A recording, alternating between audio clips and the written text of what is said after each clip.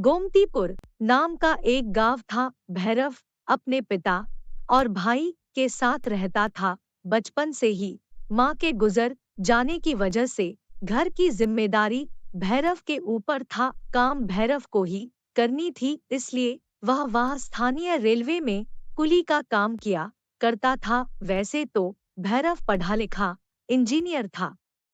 आज सुबह से हमारे स्टेशन पर एक भी ट्रेन नहीं आई है। पता नहीं क्या हो गया है। उस दिन उड़ीसा में भी बहुत बड़ा हादसा हो गया था। भगवान करे उनके घरों में सुख शांति व। भैरव सुबह से इंतजार करके स्टेशन मास्टर के पास पहुंचा और उनसे ट्रेन ना आने की वजह पूछता है। अब आप ही बताइए, अगर ट्रेन नहीं आए तो हम लोग अपना घर कैसे चलाएंगे और खुद कैसे रहेंगे। अब मैं तुमसे क्या कहूँ भैरव, सुबह से फोन पर फोन आ रहे हैं, हमारी भी हाथ बंधे हुए हैं, हमें भी कुछ समझ में नहीं आ रहा है। गोमतीपुर में ट्रेन आने का नाम ही नहीं ले रही थी। सारे कुली और स्टेशन मास्टर दोनों ही परेशान थे। ऐसे ही कई हफ्ते बीत चुके थे। कल भैरव और उसके साथ जाने का फैसला किया। मेरा घर तो पहले से ही गिरवी है। मैं तो बेरोजगारी में कुली का काम शुरू किया और यह सब। सही कह रहे हो भैरव भैया, दुनिया का बोझ हम उठाते हैं और हमारे बोझ के बारे में किसी को कुछ नहीं पता। क्या बताऊं बेटा, मेरा तो उम्र भी 60 की है। मेरे घर पर एक अपाहिज बच्चा है जिसके लिए मैं काम करता हूं। अगर यह ऐसा ही चला तो भूखे मर जाएंगे। सबको स्टेशन मास्टर के पास जाना चाहिए। सारे लोग मिलकर स्टेशन मास्टर के पास जाते हैं। देश के सबसे बड़े बिजनेसमैन से बात कर रहा होता है।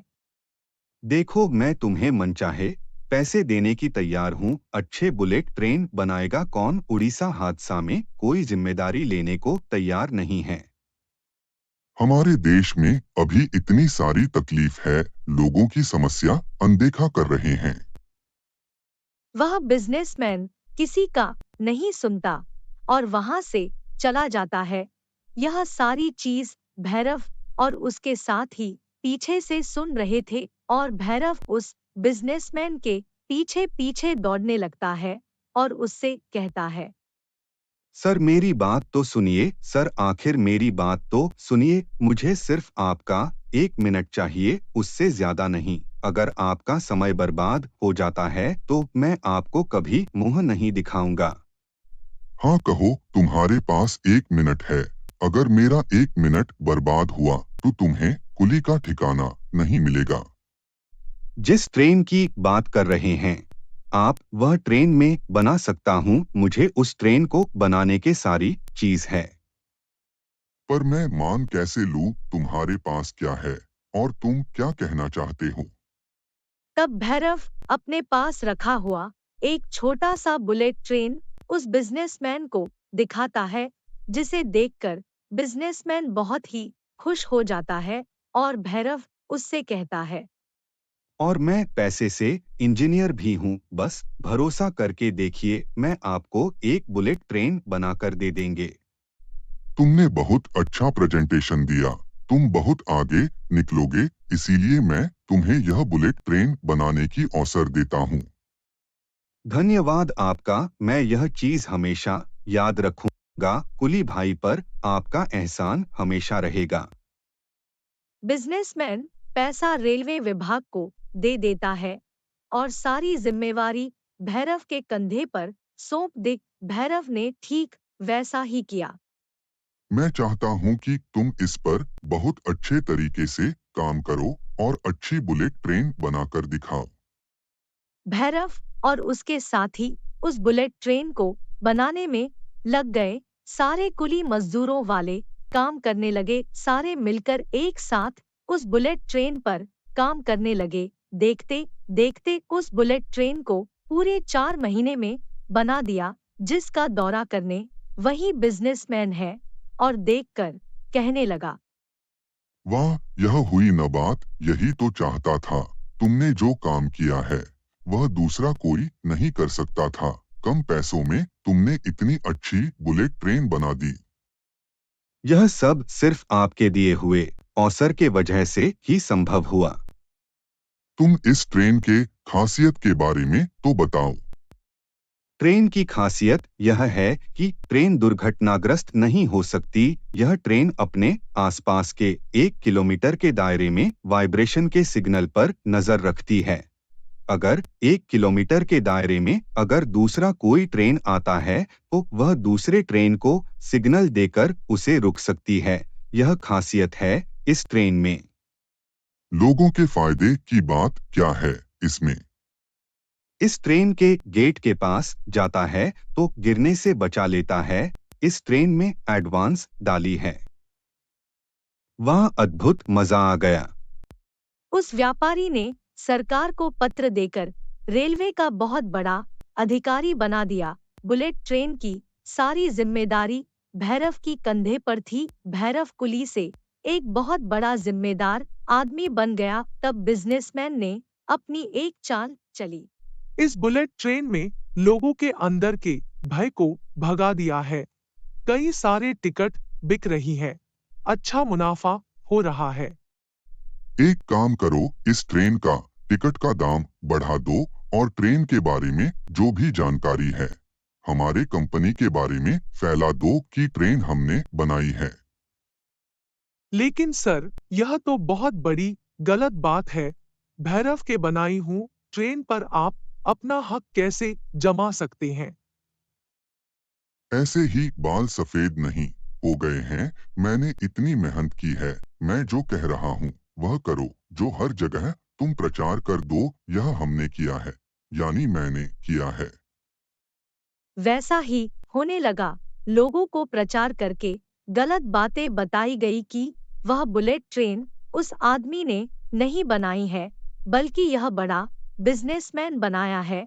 भैरव और उसकी साथियों की पूरी मेहनत पर पानी फेर चुका था। बुलेट ट्रेन अपने हिसाब से अच्छी तरह से चलने लगी थी। भैरव के बारे में किसी को कुछ भी पता नहीं था। एक दिन ट्रेन के गेट के पास एक बच्चा गलती से जा पहुंचा।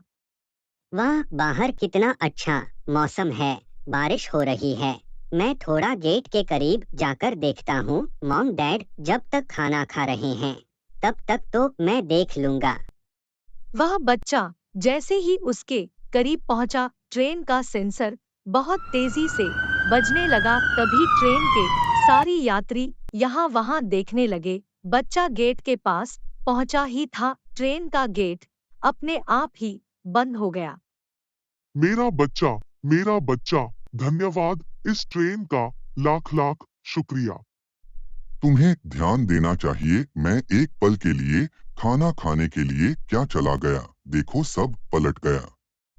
लोग उस बुलेट ट्रेन से बड़े खुश थे, लेकिन उन व्यापारियों ने टिकट की प्राइस बहुत ज्यादा बढ़ा दी, जिससे गरीबों की बहुत परेशानी होने लगी। यह सब भैरव को देखा नहीं गया और वह उस व्यापारी के पास पहुंच गया।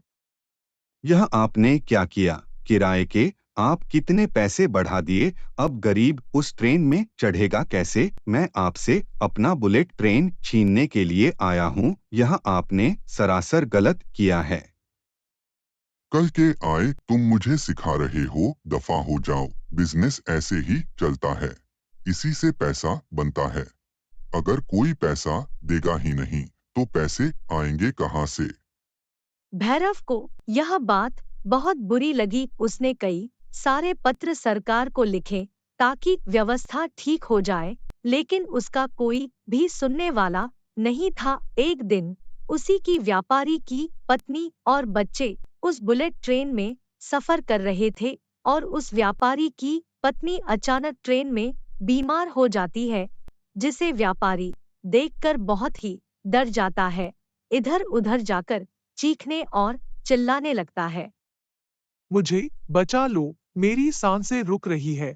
मुझे सांस लेने में बहुत दिक्कत हो रही है। मुझे बचा लो, प्लीज प्लीज मुझे बचा लो। बचाओ बचाओ मेरे पत्नी को, बचाओ बचाओ बचाओ मेरी पत्नी को बचाओ। तब उस व्यापारी की नजर लाल रंग की बदन पर पड़ती है, जो एक गेट के सामने ही थी। उस व्यापारी देर न करते हुए उस बटन को दबा दिया। जैसे ही उसने बटन दबाया, नजदीकी रेलवे स्टेशन पर ट्रेन तुरंत रुक गई और रेलवे के सहकर्मी तुरंत उस व्यापारी के पास पहुंच गए। तब व्यापारी ने उनसे कहा, मेरी पत्नी की तबीयत अचानक खराब हो गई, कृपया कर उसे बचा लीजिए। रेलवे सहकर्मियों ने देर नहीं की, तुरंत उस व्यापारी के पत्नी को हॉस्पिटल ले गया और उसकी जान बचा ली गई। तब जाकर उस व्यापारी को अपनी गलती का एहसास हुआ और उसने भैरव से माफी मांगी। भैरव, तुम मुझे माफ कर देना, मैंने अपनी जिंदगी में यह बहुत बड़ी गलती कर दी, मुझे माफ कर दो। मैं माफ आपको एक ही कीमत पर करूंगा, जब आप इस ट्रेन के कीमत को 1 रुपया कर देंगे, और ऐसे ही कई सारी ट्रेनें बनाएंगे। मुझे यह सारी शर्तें मंजूर है।